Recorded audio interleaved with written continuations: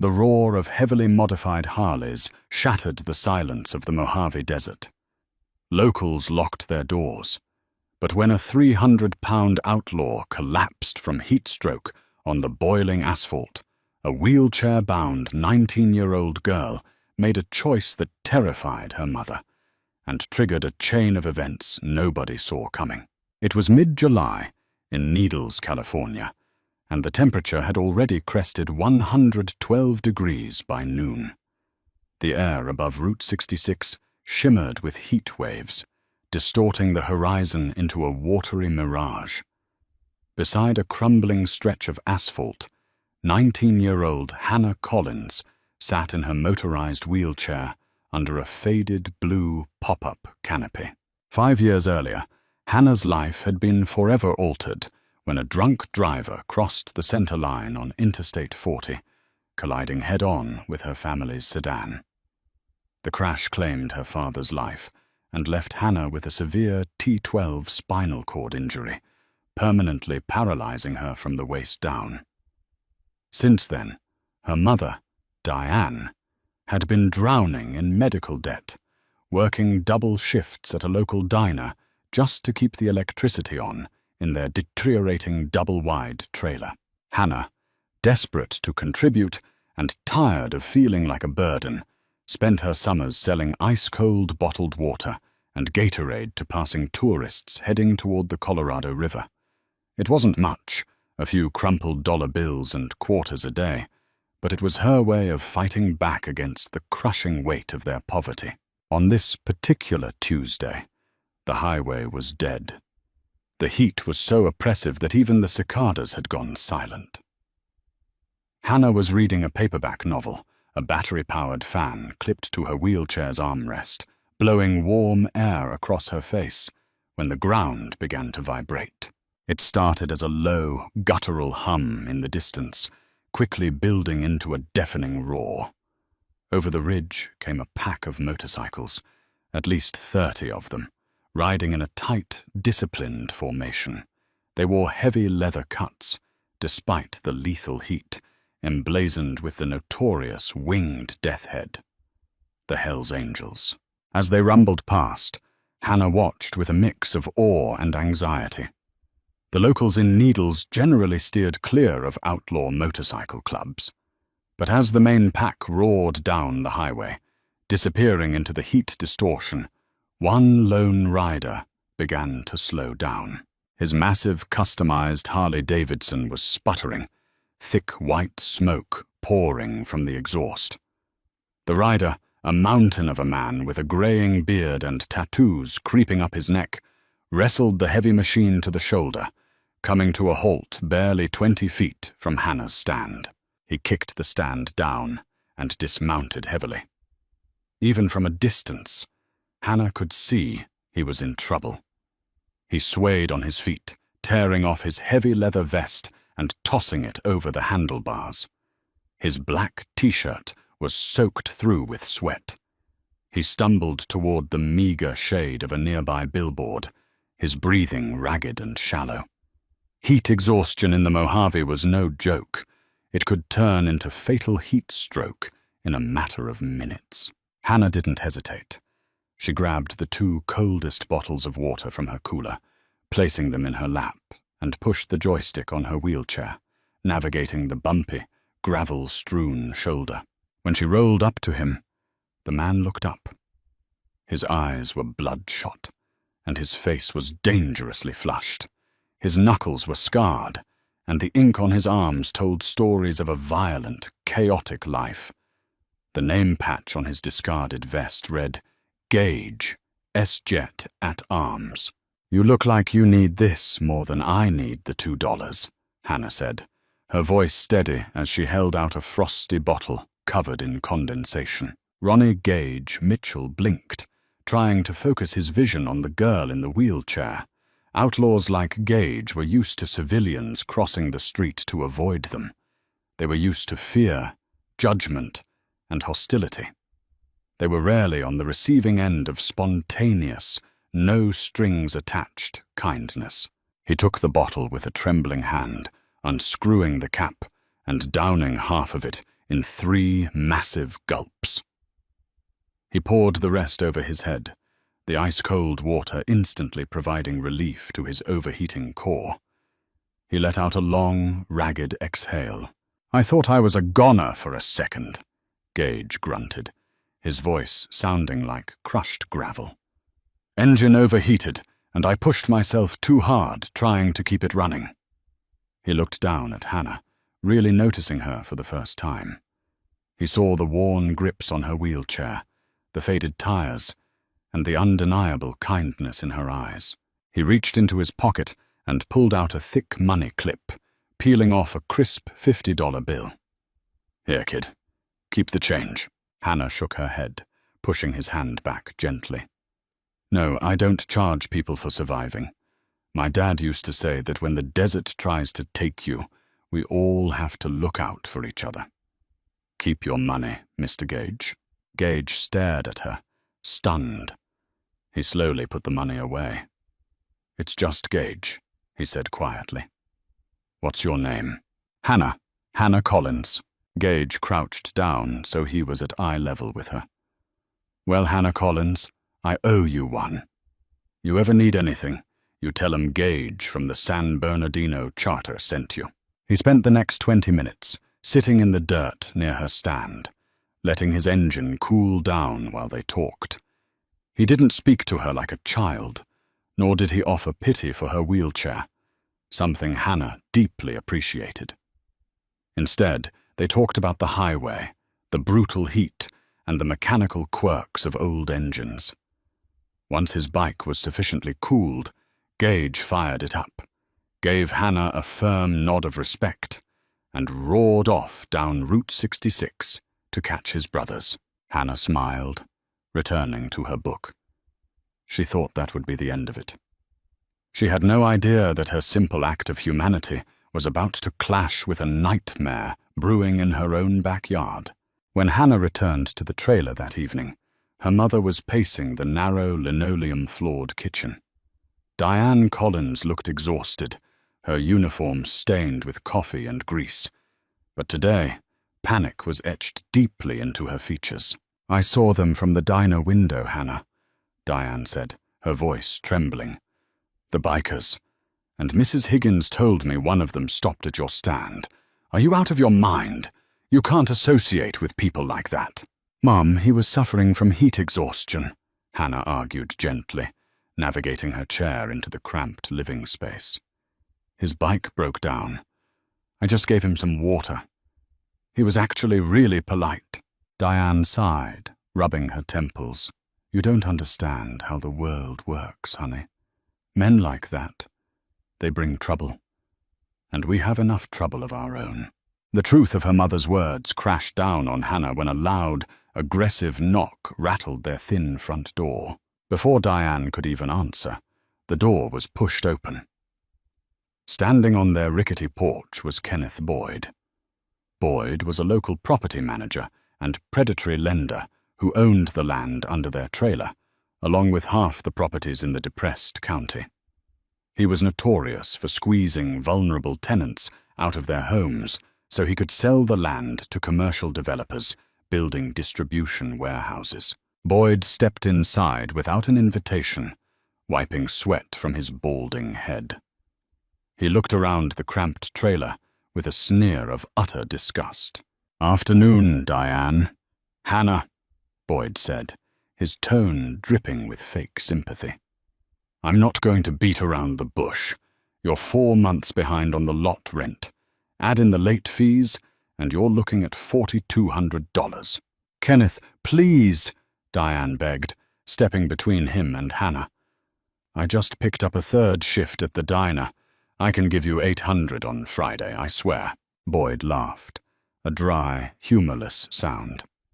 $800 doesn't even cover the interest on the late fees, Diane. I've been patient. I've been a saint, really. But business is business. The developers want this lot cleared by the end of the month." He pulled a folded piece of paper from his breast pocket and slapped it onto the kitchen counter. "This is a 48-hour notice to vacate, but we both know you can't move this rust bucket of a trailer." "We have nowhere to go," Diane cried, tears finally spilling over. "Please, Kenneth, you know about Hannah's medical bills. You know what happened to her father." Boyd's eyes narrowed, entirely devoid of empathy. "I do know. Which is why I also know you used your specially equipped Ford van as collateral on that loan you took from me last year." He pointed a thick finger at Hannah's wheelchair-accessible van parked outside. "If you don't have the 4200 by 9 a.m. on Friday, I'm taking the van, and I'm locking the doors to this trailer." "You can't take her van!" Diane screamed. "It's the only way she can get to her physical therapy in Riverside. It has the hydraulic lift. We'll never be able to afford another one." "Watch me," Boyd snapped. He turned on his heel and walked out, letting the screen door slam loudly behind him. The silence that followed was suffocating. Diane collapsed into one of the cheap dining chairs, burying her face in her hands, sobbing uncontrollably. Hannah sat frozen in her wheelchair, her heart pounding against her ribs. The van was her only lifeline to the outside world. Without it, she would be completely trapped. All the money she had saved from her water stand, barely $50, felt like an insulting joke compared to what they owed. The next 48 hours were a blur of desperation. Diane called every church, every charity, and every distant relative she could think of. The answers were always the same. "We wish we could help, but times are tough. We don't have that kind of money." Hannah didn't go out to the highway to sell water. Instead, she sat by the window, watching the dust blow across the yard, feeling the crushing weight of her disability more profoundly than she had in years. If she could walk, she could work a labor job. If she were whole, she could protect her mother. Friday morning arrived with a bleak, oppressive heat. At 8:55 a.m., a heavy-duty flatbed tow truck pulled into their dirt driveway, kicking up a cloud of dust. Behind it was Kenneth Boyd's shiny silver Mercedes. Hannah wheeled herself out onto the porch, her mother standing beside her, trembling. Boyd stepped out of his car, flanked by a burly tow truck driver carrying a set of heavy chains. "Time's up, Diane," Boyd called out cheerfully. "Hook it up, Steve." "Kenneth, I am begging you on my hands and knees," Diane pleaded, stepping off the porch. "Take the trailer. Evict us. But leave the van. My daughter needs it."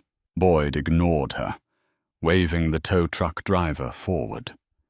Steve, looking slightly guilty but unwilling to lose his job, dragged the chains toward the front axle of Hannah's van. The hydraulic winch began to whine, the sound piercing Hannah's heart like a physical blade. She gripped the armrests of her wheelchair, tears of absolute helplessness streaming down her face. The chains clanked against the van's chassis. Boyd smirked, crossing his arms over his chest. "Should have paid your bills, Diane. The world doesn't run on charity." Suddenly, the ground beneath them began to tremble. Steve paused, the chains slipping from his hands. Boyd frowned, looking toward the highway. The noise was distant at first, like an approaching thunderstorm, but it grew louder with terrifying speed. It wasn't a storm. It was the synchronized thunder of American V-twin engines. Over the crest of the dirt road leading into the trailer park, a headlight appeared, then another, then 10, then 20. A massive convoy of Hell's Angels turned off the main road and rolled aggressively into the dusty lot of the trailer park. They didn't park on the street. They rode directly onto the sparse grass, forming a massive, intimidating steel semicircle that completely boxed in Boyd's Mercedes and the tow truck. The engines cut out in unison, leaving a heavy, ringing silence in the stifling morning air. At the front of the pack, the mountain of a man with the graying beard kicked his stand down.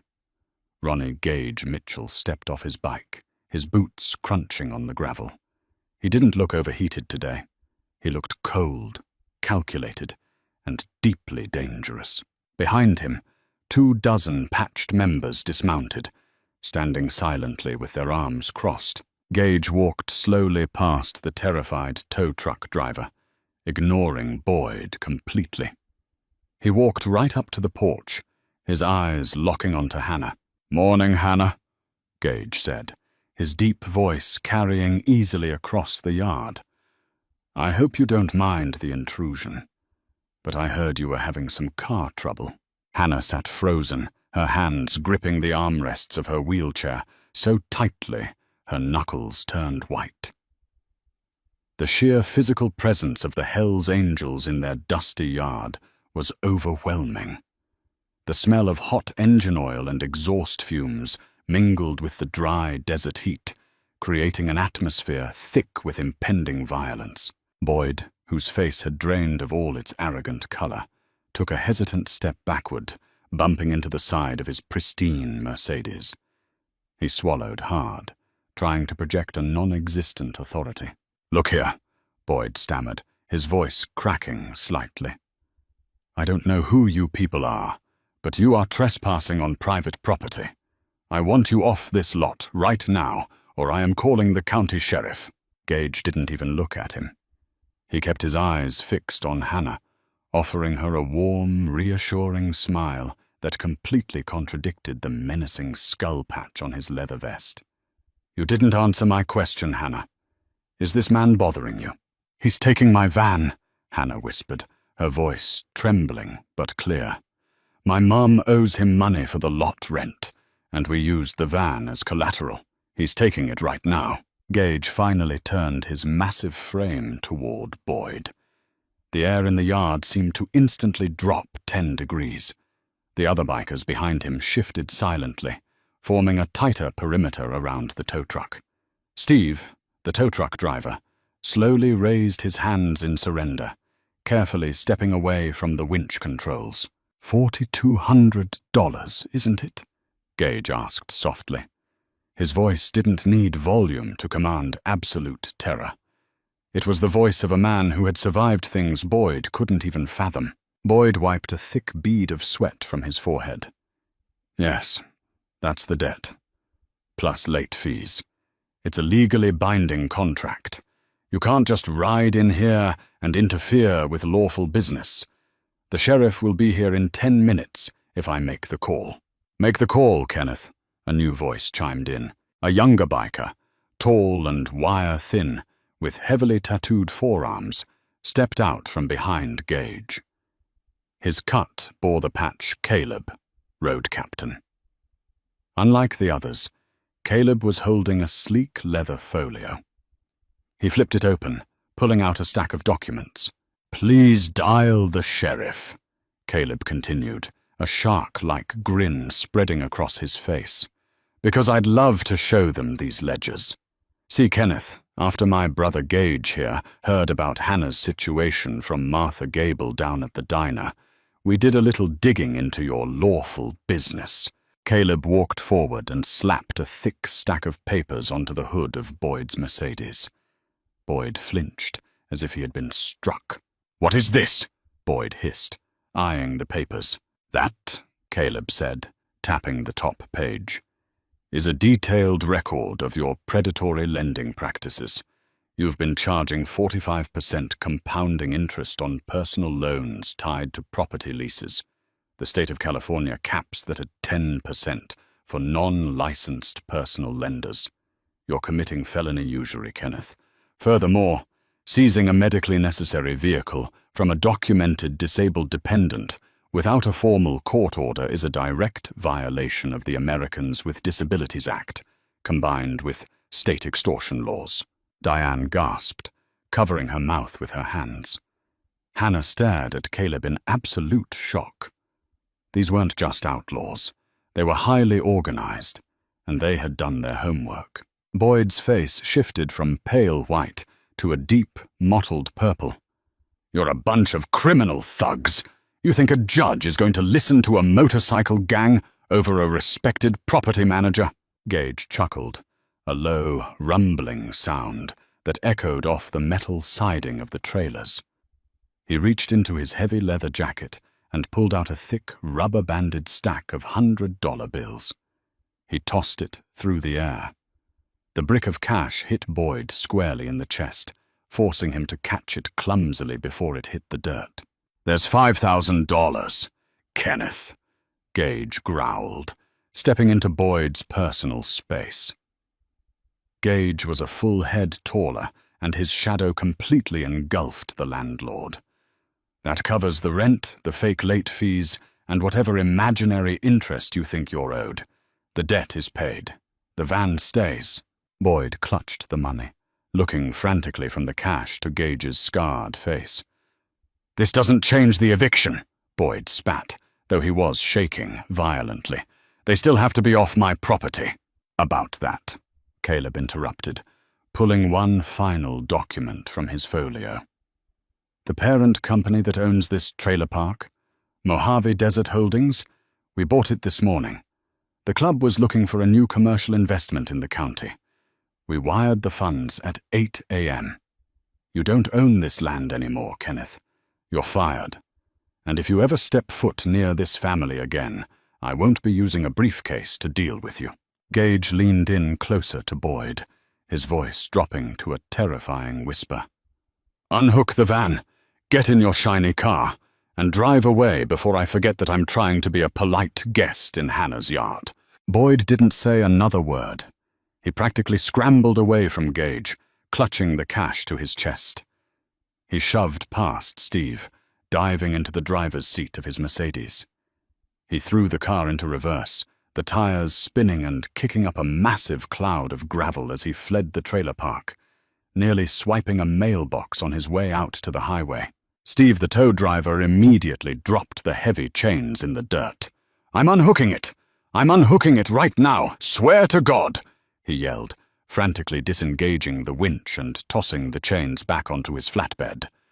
Within 30 seconds, the tow truck was gone, leaving the yard in absolute sonce once again. Diane Collins collapsed onto her knees in the dirt, the adrenaline finally leaving her body.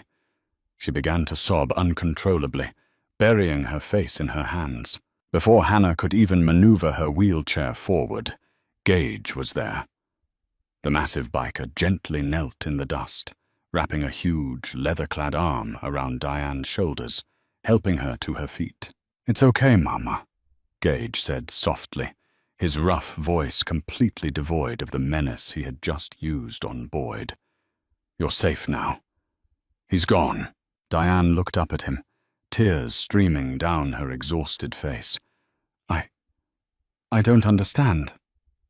Why did you do this? We don't have anything to give you. I can't repay you for this." "You already paid me," Gage said, turning to look at Hannah. "Your daughter saved my life on that highway. I was minutes away from a stroke, and she gave me the only water she had, and wouldn't take a dime for it. In my world, a debt of honor like that doesn't just go away." Gage stood up and whistled sharply. The rest of the club immediately sprang into action, but instead of pulling out weapons, they walked over to their saddlebags and began pulling out tool belts, hammers, cordless drills, and heavy-duty tarps. A burly biker named Duke walked up to the rickety, splintering wooden ramp that led to the trailer's front door. He kicked it once with his heavy boot, and a rotted plank cracked in half. "Yeah, this is a death trap, Gage," Duke grunted. "We're tearing this down." For the next 8 hours, the Hells Angels turned the Collins property into a massive construction site. Hannah and Diane sat in the shade of the canopy, completely bewildered, as 30 outlaw bikers repaired their home. Duke and Caleb led a team that completely dismantled the old, dangerous wheelchair ramp, rebuilding a state-of-the-art, low-incline ramp out of reinforced treated lumber, complete with safety rails. Another group climbed onto the roof of the double-wide, patching the leaks and sealing it against the harsh desert weather. A third group was working on Hannah's van, changing the oil, rotating the tires, and lubricating the hydraulic lift so it ran smoother than it had in years. By late afternoon, The brutal heat began to break, giving way to a beautiful purple Mojave sunset. Diane had made 3 pitchers of sweet tea, bringing out plastic cups to the bikers, who treated her with the utmost respect, calling her Mom and thanking her profusely. Gage sat down on a milk crate next to Hannah's wheelchair, wiping grease from his hands with a rag. He looked at the new ramp, then looked at Hannah, looked at Toisu. "I have a confession to make, kid," Gage said quietly, his dark eyes softening. Hannah looked at him, sipping her tea. "You didn't really buy the trailer park, did you?" Gage laughed. "No, we actually did buy the park. Caleb wasn't bluffing about that. It's a good real estate investment, and we are officially your new landlords. But don't worry about the rent. You have a lifetime pass." Gage paused, looking down at his scarred hands. The heavy silence stretched between them for a moment. "The truth is," Gage began, his voice barely above a whisper, "when I rode past your stand the other day, I wasn't just overheated. I was hurting. It was the anniversary." "The anniversary of what?" Hannah asked gently. "Of the day I lost my daughter, Maya," Gage said, looking out toward the horizon. "She was exactly your age when she passed. When she was 12, she had a terrible accident. She was paralyzed, just like you. T10 spinal injury. My wife and I, we didn't have money back then. We couldn't afford the good physical therapy, the right equipment, the proper medical care. She got a bad infection, and because we lived in a run-down place with a landlord just like Kenneth Boyd, we couldn't keep her safe. She died." Hannah felt a lump form in her throat. She reached out, gently placing her hand over Gage's massive tattooed knuckles. He didn't pull away. "When I broke down on that highway," Gage continued, a single tear escaping his eye and disappearing into his beard, "and I looked up and saw a beautiful, strong-willed girl in a wheelchair offering me her own water. It felt like Maya was looking right at me, telling me to wake up, telling me to stop being angry at the world and actually do something good for once." He turned his hand over, gently squeezing Hannah's fingers. "You didn't just give me water, Hannah. You gave me my heart back. Taking care of this house, taking care of you and your mom. It's the least I can do." The bikers finished their work just as the stars began to appear in the desert sky. The trailer was secure, the ramp was pristine, and the van purred like a kitten. As the club mounted their massive Harleys, Gage walked over to Diane and handed her a card with a single phone number on it. "You ever need anything? A light bulb changed, a ride to the hospital, or if anybody ever gives you a hard time, you call this number, day or night. You have 30 brothers looking out for you now." The engines roared to life, shaking the ground one last time. Gage gave Hannah a 2-finger salute, kicked his bike into gear, and led the pack back onto Route 66, their taillights fading into the warm desert night. A week later, the local news reported that Kenneth Boyd had been arrested by state investigators for felony fraud, extortion, and usury, facing up to 15 years in federal prison. The evidence had been anonymously mailed to the district attorney in a sleek leather folio. Hannah never had to sell water on the side of the highway again. With her housing secured and her medical debts mysteriously paid off by an anonymous donor in San Bernardino, she returned to college, studying to become a physical therapist. But every summer, without fail, a massive pack of Harleys would rumble through Needles, honking their horns as they passed the double-wide trailer, a roaring reminder that sometimes guardian angels wear black leather and ride on 2 wheels. If this incredible true story of unlikely kindness and fierce loyalty moved you, don't keep it to yourself. Hit that like button to support Hannah's amazing spirit. Share this video with your friends to prove that you should never judge a book by its cover. And subscribe to our channel for more real-life stories that will restore your faith in humanity. Drop a comment below. What would you have done in Hannah's place? The flames that consumed Mary Ann Cobb's diner didn't just burn wood and grease. They ignited the fury of the most feared motorcycle club on Earth. When corrupt local cops looked the other way, 500 Hell's Angels descended on a quiet mountain town, and the streets practically shook with vengeance. The smell of gasoline and charred hickory hung heavy over the damp morning air in Pine Ridge, Oregon. At 68 years old, Mary Ann Cobb sat on the tailgate of her rusted 1994 Ford F-150, a thermal blanket wrapped around her trembling shoulders, watching 35 years of her life smolder in a pile of blackened timber. The copper skillet was gone. It hadn't been just a roadside diner. To Mary Ann, it was the living memory of her late husband, Arthur, who had built the counter by hand out of reclaimed oak.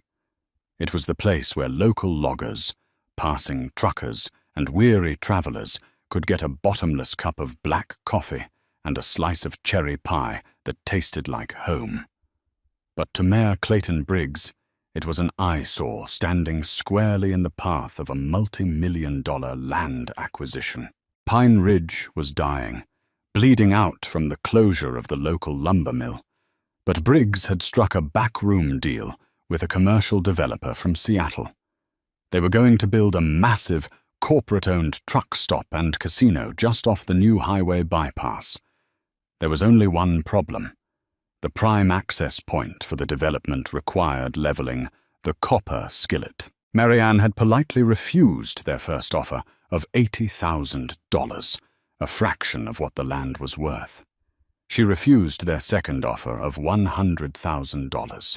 That was when the polite negotiations ended and the intimidation began. It started small. The town's health inspector, a jittery man on the mayor's payroll, suddenly found code violations in Mary Ann's spotless kitchen, slapping her with heavy fines. A week later, a heavy rock shattered the diner's front window in the dead of night. When Mary Ann called the police, Sheriff Harlan Dodd, a man whose morality was as flexible as a wet reed, shrugged it off as the work of bored teenagers.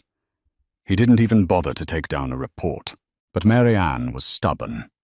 She patched the window with plywood, paid the fines from her dwindling savings, and kept flipping pancakes. She didn't realize the lengths Clayton Briggs would go to clear her off the map until 2 a.m. on a Tuesday. She had been jolted awake by the violent barking of her golden retriever, Buster. Living in a small trailer just 100 yards behind the diner, Mary Ann looked out her window and saw the sky glowing an unnatural, violent orange. By the time the volunteer fire department arrived, the roof had already caved in. Mary Ann had stood in the freezing rain, her heart fracturing in her chest, as she watched the neon sign, the copper skillet, open 24 hours, melt and crash into the inferno. As the dawn broke and the embers hissed, Sheriff Dodd's cruiser crunched onto the gravel lot. He didn't offer a word of comfort. He kicked at a piece of scorched siding, hitched his duty belt, and looked down at Mary Ann. "Tragic thing, Mary Ann," Dodd said, his voice completely devoid of empathy. "Old wiring in these buildings. Bound to spark up eventually." "It wasn't wiring, Harlan," Mary Ann said, her voice hoarse from the smoke. "I smelled the gasoline from my porch. Someone torched my diner." Dodd's eyes narrowed. "Now don't go throwing accusations around. My fire investigator, Mayor Briggs's brother-in-law, as you know, already took a look. Said it started near the deep fryer. Grease fire. Open and shut." "You're lying," she whispered. The fight draining out of her. "The insurance company is going to get my report by noon," Dodd continued, ignoring her. "Given the state of your finances, they might even look into whether you lit the match yourself for the payout. If I were you, Mary Ann, I'd take that buyout the mayor offered, pack up your trailer, and move to a town with better luck. Dodd tipped his hat, climbed back into his cruiser, and drove away, leaving a widow alone in the ashes of her life. The twisting of the knife came 2 days later.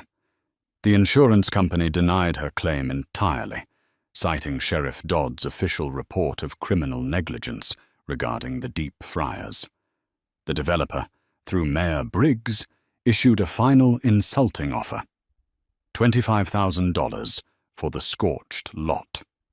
If she didn't take it, they would use eminent domain to seize the property for public utility, leaving her with absolutely nothing. Marianne was beaten. She had no money for a lawyer, no family left to lean on, and a town government entirely aligned against her. She spent Thursday afternoon digging through the blackened ruins of her office, searching for anything salvageable. Underneath a collapsed beam, buried in wet, grey ash, she found Arthur's old fireproof steel lockbox. She pried it open with a crowbar. Inside, smelling faintly of smoke, were her marriage certificate, Arthur's silver pocket watch, and a small, leather-bound address book. And tucked inside the front cover of that book was a single, soot-stained business card. It was black, featuring a stark red and white insignia, a winged death's head. On the back, written in thick black marker, was a single phone number and a name: Dutch. Marianne stared at the card, her thumb tracing the embossed wings. The memories flooded back, bridging a gap of nearly 15 years, and for the first time since the fire, a hard, cold resolve settled into her chest. The year was 1994. It had been a torrential downpour, the kind of rain that turned the winding mountain passes into slick, treacherous death traps. Marianne and Arthur were just closing up the copper skillet when the door flew open. A massive man clad in soaked, heavy leather staggered inside, his face pale, clutching a deeply gashed and bleeding leg. It was William Dutch Vanderhorn, the president of the Oakland chapter of the Hells Angels. He had hit a patch of loose gravel on the ridge, throwing his custom Harley-Davidson into a ditch and tearing his thigh open on a piece of rusted guardrail. Most townspeople would have bolted the door and called the police. Marianne Cobb grabbed her first aid kit. For the next 3 days, while the storm raged, Dutch laid low in the spare room of their trailer. Marianne stitched his leg herself, changing the dressings every 4 hours to stave off infection. She fed him homemade stew, kept him hydrated, and, most importantly, Arthur drove his pickup out in the dead of night, winched Dutch's damaged bike out of the mud, and hid it in their barn under a tarp before the highway patrol could spot it. When the storm broke, a dozen Hells Angels rolled into the diner's parking lot to retrieve their president. Dutch, leaning heavily on a makeshift cane, turned to Marianne and Arthur before throwing his leg over a patched-up bike. He handed her the black business card. "I don't do favors and I don't take charity," Dutch had said, his voice like gravel in a blender.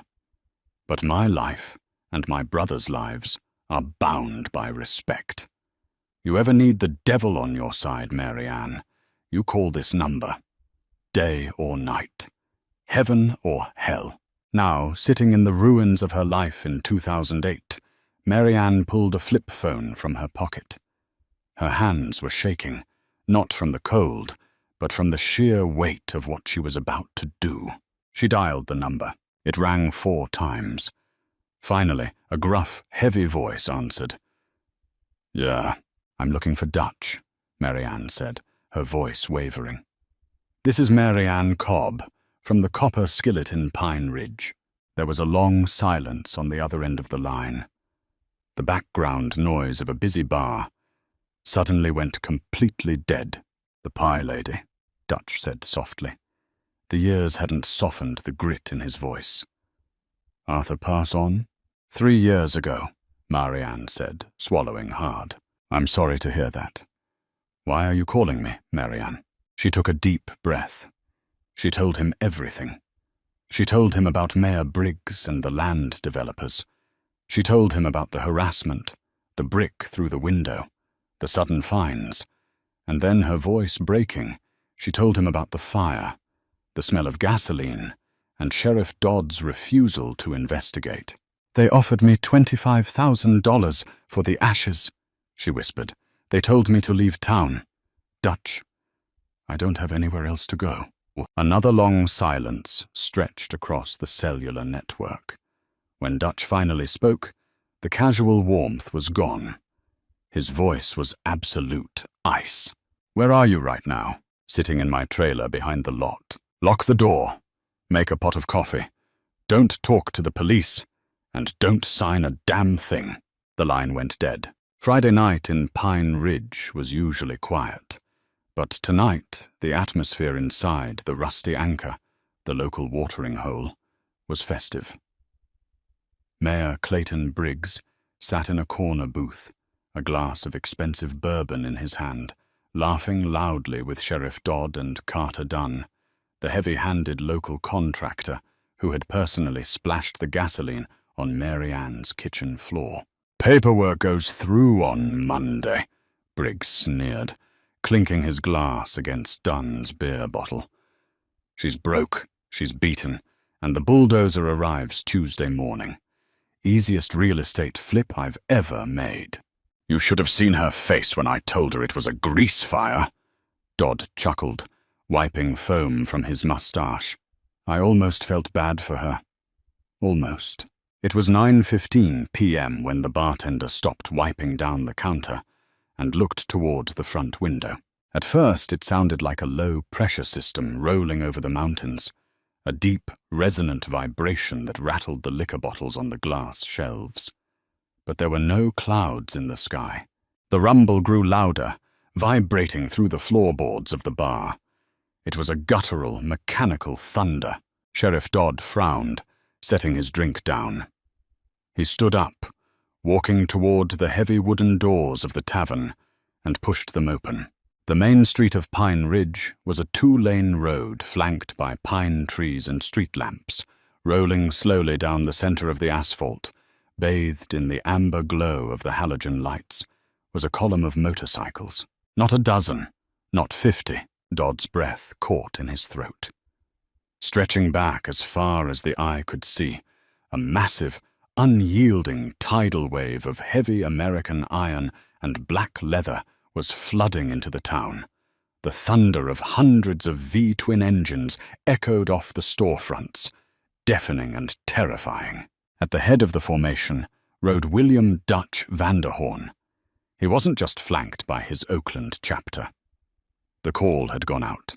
Charters from California, Nevada, Washington, and Idaho had answered. 500 Hell's Angels had just rolled into Pine Ridge. They didn't rev their engines aggressively. They didn't shout. They rode in a tight, disciplined formation, their faces hidden behind dark visors and bandanas, the winged death's heads on their cuts, stark against the night. The sheer, organized silence of the men contrasted violently with the deafening roar of their machines. They split at the intersection. 50 bikes peeled off to block the northern highway exit.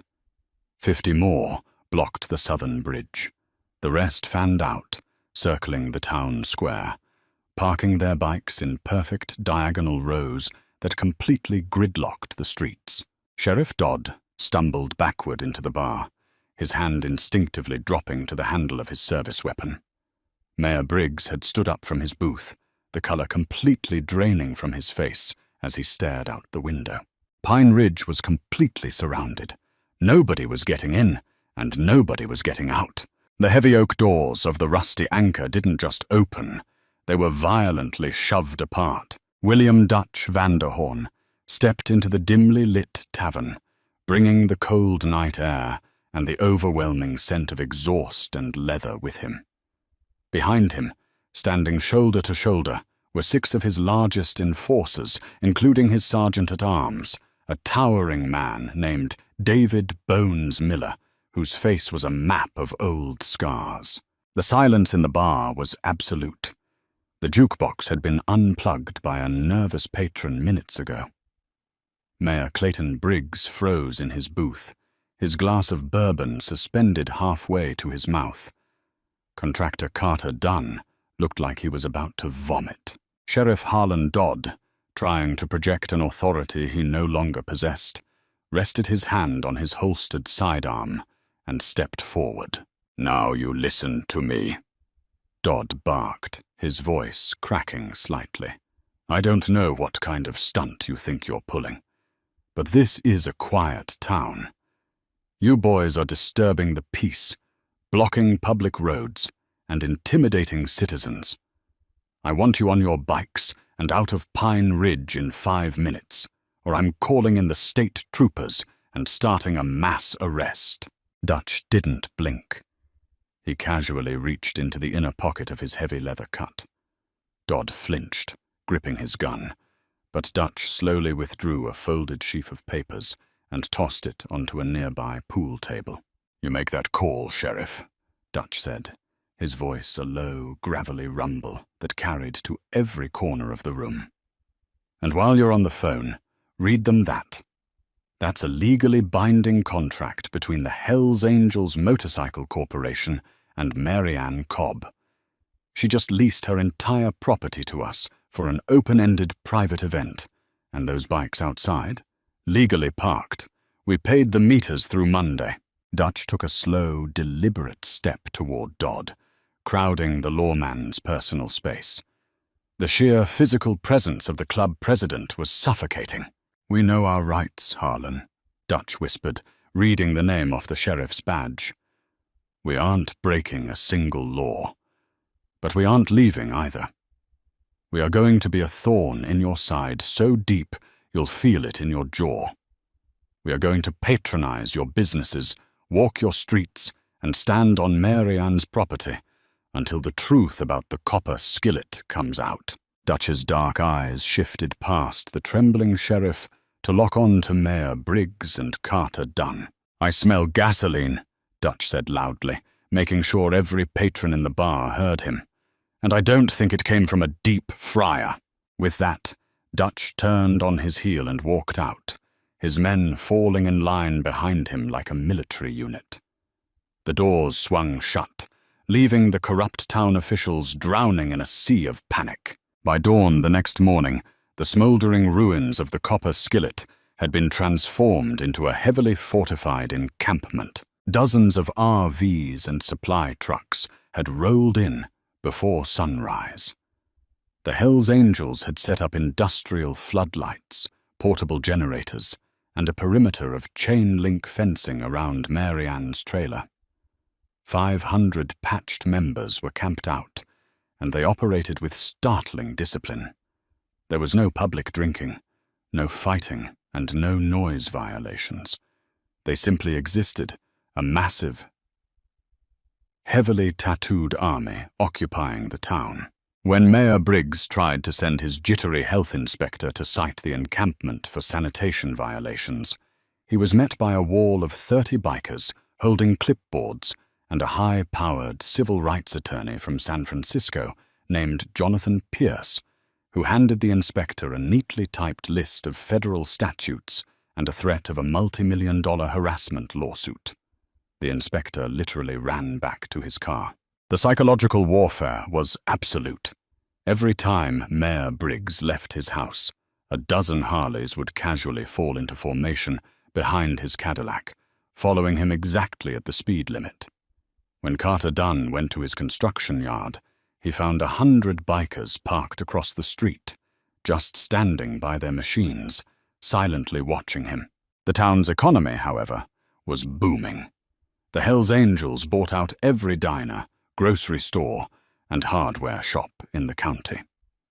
The citizens of Pine Ridge, who had initially been terrified, quickly realized that the bikers were remarkably polite, tipped incredibly well, and directed all their menacing energy exclusively toward the mayor and his cronies. On Sunday morning, the pressure cracked the first weak link. Harrison Cole, the wealthy Seattle developer who had struck the backroom deal with Briggs, arrived in town to finalize the land transfer. When his chauffeured Mercedes navigated through streets lined with hundreds of glowering Hell's Angels and arrived at the mayor's office, Cole took one look at the situation and lost his nerve. "I build truck stops, Clayton," Cole yelled inside the mayor's office, his voice carrying through the thin walls. "I don't build in war zones. You promised me a clean title and a quiet widow. You didn't tell me I'd have the biggest outlaw motorcycle club on the planet, putting a target on my back." "Harrison, wait. We can handle them," Briggs pleaded, sweating profusely. "Dodd is working on an eviction notice." "Keep your land, Clayton. The deal is dead," Cole snapped, storming out of the office and ordering his driver to get him back to Seattle immediately. With the multi-million-dollar deal officially dead, Mayor Briggs was left with nothing but an angry town, a ruined reputation, and a very large, very angry motorcycle club camped on the edge of the highway. But Dutch Vanderhorn wasn't satisfied with just killing the land deal. He wanted justice for the widow who had saved his life, and he knew exactly how to get it. The twist in the tale didn't come from a courtroom, and it didn't come from a police investigation. It came from the sheer, unadulterated terror of a guilty conscience. Carter Dunn was a bully, but he was not a brave man. After 4 days of being silently stalked by Hell's Angels, finding winged death's head stickers on his truck windows, and receiving silent phone calls at 3 a.m., Dunn's nerve completely shattered. Late Tuesday night, Dunn packed a suitcase, threw it into the bed of his Chevy Silverado, and tried to skip town under the cover of darkness. He took the old logging roads, hoping to bypass the bikers guarding the highway bridges. 10 miles outside of Pine Ridge, a massive logging truck suddenly pulled across the narrow dirt road, blocking his path entirely. Dunn slammed on his brakes, kicking up a cloud of dust. Before he could throw the truck into reverse, a dozen headlights clicked on in the woods behind him. The deep, guttural roar of motorcycle engines surrounded him. He was boxed in. Dutch walked up to the driver's side window. He didn't carry a weapon. He didn't raise his voice. He simply leaned against the door and looked at Dunn with eyes completely devoid of mercy. "Where are you going in such a hurry, Carter?" Dutch asked. "I don't know anything," Dunn whimpered, gripping the steering wheel so hard his knuckles were white. "I swear to God it was Briggs. He made me do it." Dutch pulled a small silver digital voice recorder from his pocket and pressed record. "Start from the beginning," Dutch commanded. For the next 20 minutes, Carter Dunn spilled everything. He confessed to throwing the brick through Mary Ann's window.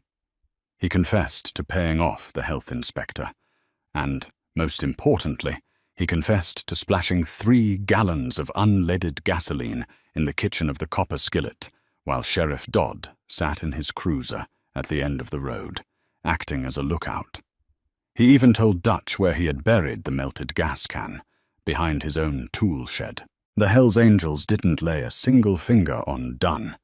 They didn't need to.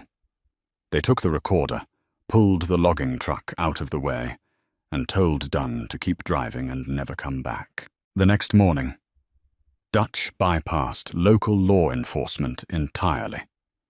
He handed the digital recorder and a detailed map of Dunn's property to State Attorney General Richard Hammond, a man well known for his hardline stance against municipal corruption. By noon on Thursday, the state police descended on Pine Ridge. It was a raid unlike anything the town had ever seen. Black SUVs surrounded the mayor's office and the sheriff's department simultaneously. Mayor Clayton Briggs was led out of City Hall in handcuffs, sobbing openly as the flashing red and blue lights illuminated his pale face. Sheriff Harlan Dodd was stripped of his badge and weapon, frog-marched out of his own precinct under the watchful eyes of 300 Hells Angels who had lined the sidewalk in total silence. As Dodd was pushed into the back of a state cruiser, Bones Miller gave him a slow, mocking salute. Justice had been served, but Mary Ann Cobb was still sitting in a trailer behind a pile of charred rubble. That was when the real work began. The Hells Angels didn't just pack up and leave. They traded their leather cuts for heavy canvas work jackets. They brought in excavators, dump trucks, and pallets of fresh lumber. For the next 3 weeks, the encampment transformed into a massive, organized construction site. Welders from the Oakland charter framed a new steel skeleton. Electricians from the Seattle chapter ran state-of-the-art wiring. Carpenters from the Nevada crew built a sprawling new counter out of polished mahogany to replace the oak one Arthur had made. Mary Ann watched in awe from her porch as these massive, fearsome men worked 12-hour shifts in the sun, refusing to take a single dime in payment. When she tried to cook for them, they gently pushed her back into her chair and had their own prospects man the outdoor grills. "You did your time cooking, Mary Ann," Dutch told her one afternoon, wiping sweat from his forehead. "You just sit back and watch the show." Exactly 1 month after the fire, the barricades were moved. The debris was gone. Standing in its place was a brand-new, beautifully constructed diner. It was twice the size of the original, with gleaming stainless steel appliances, wide windows, and a fresh gravel parking lot. Above the door, a brand-new neon sign buzzed to life. It read, "The Copper Skillet." Directly underneath the sign, cast in solid iron and bolted permanently into the brickwork, was a subtle but unmistakable plaque. Protected by the Hells Angels Motorcycle Club by order of Dutch, the grand reopening was the biggest party Pine Ridge had ever seen. The entire town showed up, bringing pies, casseroles, and well-wishes. Mary Ann stood behind her new mahogany counter, tears streaming down her face as she poured coffee for the men who had given her life back to her. Dutch finished his slice of cherry pie, placed a crisp $100 bill on the counter, and refused his change. He leaned over the counter and kissed Mary Ann gently on the cheek. "Debt paid, Mary Ann," Dutch said softly. "You gave me a miracle, Dutch," she whispered, squeezing his massive, calloused hand. "No," Dutch smiled, pulling his dark sunglasses down over his eyes. "We just brought a little hell to the people who deserved it." The rumble of 500 motorcycles starting up at once shook the brand-new windows of the Copper Skillet. Mary Ann walked out onto the porch and watched as the massive column of iron and leather rolled out onto the highway, heading back into the mountains, leaving behind a town permanently changed and a widow who would never, ever be pushed around again. If this true story of outlaw justice, loyalty, and a widow fighting back against a corrupt system kept you on the edge of your seat, smash that like button and subscribe to the channel. We bring you the most intense, unbelievable, real-life stories every single week. What do you think about Dutch and the Hells Angels stepping up when the law failed? Let me know your thoughts in the comments below. Share this video with someone who loves a great comeback story. And hit the bell icon so you never miss an upload. A split-second decision can cost you your life. When a lone waitress dragged a bleeding man into her diner's pantry, she thought she was saving a car crash victim. Then she saw the infamous Hells Angels death head on his leather vest. She had just become an accomplice to the deadliest outlaw motorcycle club in America. The Starlight Diner sat like a forgotten beacon on a desolate stretch of Interstate 40, just 20 miles outside of Barstow, California. It was the kind of place that catered to insomniacs, weary long-haul truckers, and people running from their pasts. Chloe Bennett belonged to the latter category. At 28, she had spent the last 2 years moving across state lines, trying to put as much distance as possible between herself and an abusive ex-fiancé who had promised to put her in the ground. The graveyard shift at the Starlight offered her the anonymity she craved. Nobody asked questions at 3 in the morning. Outside, a rare Mojave Desert thunderstorm was raging. Rain lashed against the large, grease-stained plate glass windows, and the diner's neon sign buzzed ominously, flickering a blood-red glow across the empty parking lot. Chloe stood behind the counter, a damp rag in hand, wiping down the formica surface for the 4th time that hour. The diner was completely empty. The cook, an older man named Hector, had called in sick, leaving Chloe entirely alone to manage the front and the grill. At exactly 3:14 a.m., the bell above the heavy glass door chimed violently. Chloe looked up, expecting a drenched trucker looking for black coffee. Instead, the door swung wide open, slamming against the adjacent wall with a sharp crack. A man stumbled over the threshold. He was massive, easily 6'4" and pushing 250 pounds. He didn't walk, he swayed, leaning heavily against the nearest booth.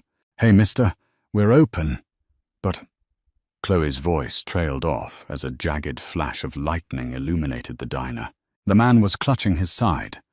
Dark, thick liquid seeped between his large fingers, dripping onto the pristine checkerboard linoleum floor. He took another agonizing step toward the counter, his boots squeaking wetly against the tiles before his knees buckled. He collapsed face first, hitting the ground with a sickening thud. Panic seized Chloe's chest. Her first instinct was to grab the phone receiver and dial 911. Her hand hovered over the rotary dial, but the man on the floor groaned, shifting his weight. "No cops!"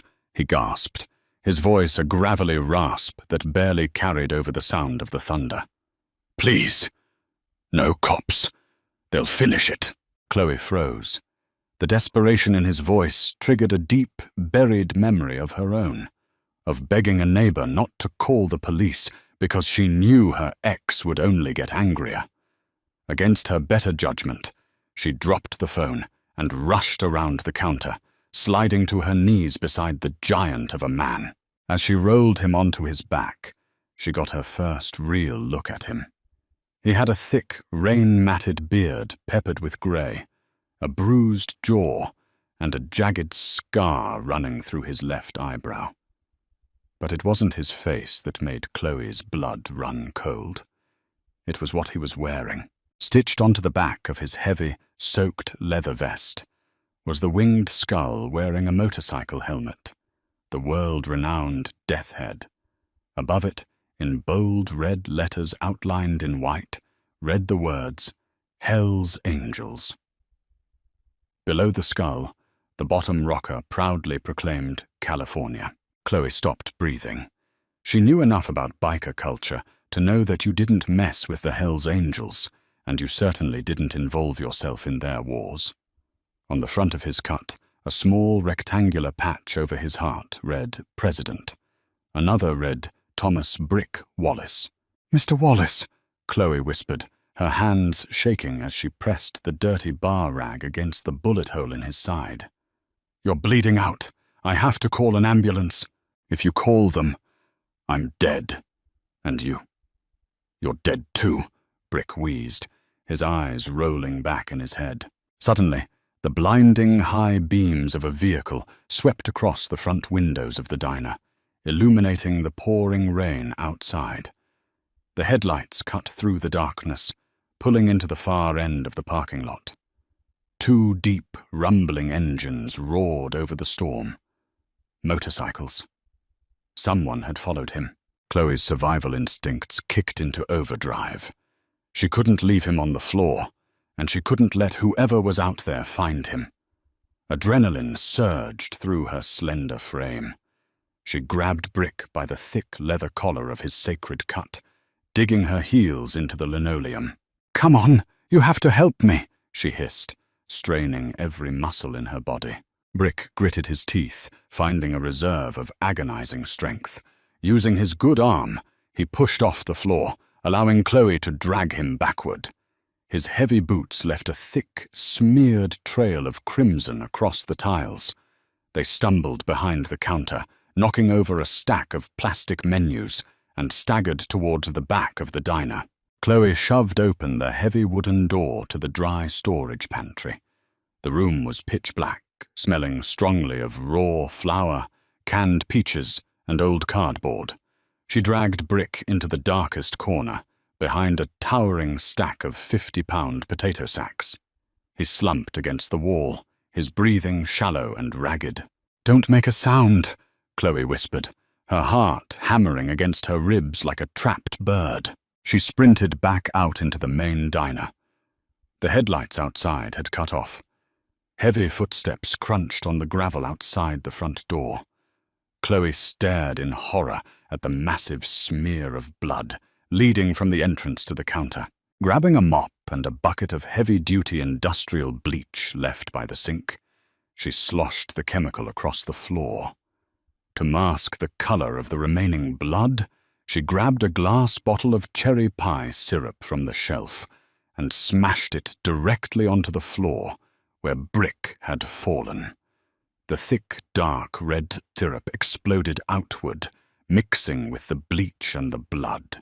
She was on her hands and knees, frantically scrubbing the floor with a towel. When the bell above the door chimed a second time, 2 men stepped into the Starlight Diner, bringing the cold dampness of the storm in with them. Chloe kept her head down, scrubbing furiously at the sticky mess of cherry syrup, bleach, and Thomas Wallace's blood, praying the pungent smell of the chemicals would mask the metallic scent of copper hanging in the air. "Diner's closed," Chloe called out, trying to keep her voice steady. "Health inspector's coming tomorrow, doing a deep clean." "Neon sign says open, darling," a deep, amused voice replied. Chloe slowly stood up, wiping her stained hands on her apron. The man who had spoken was imposing. He wore a heavy leather jacket over a black hoodie, but the jacket was unzipped just enough for Chloe to catch a glimpse of the winged skull patch on his chest. His name patch read Gage. He had cold, dead eyes and a snake tattoo winding its way up his neck. Beside Gage stood a man who made Chloe's stomach drop. He wasn't a biker. He was wearing the tan uniform of the San Bernardino County Sheriff's Department. His name tag read Deputy Clint Evans. "Sorry about the mess, officers." "Gentlemen," Chloe corrected herself, gripping the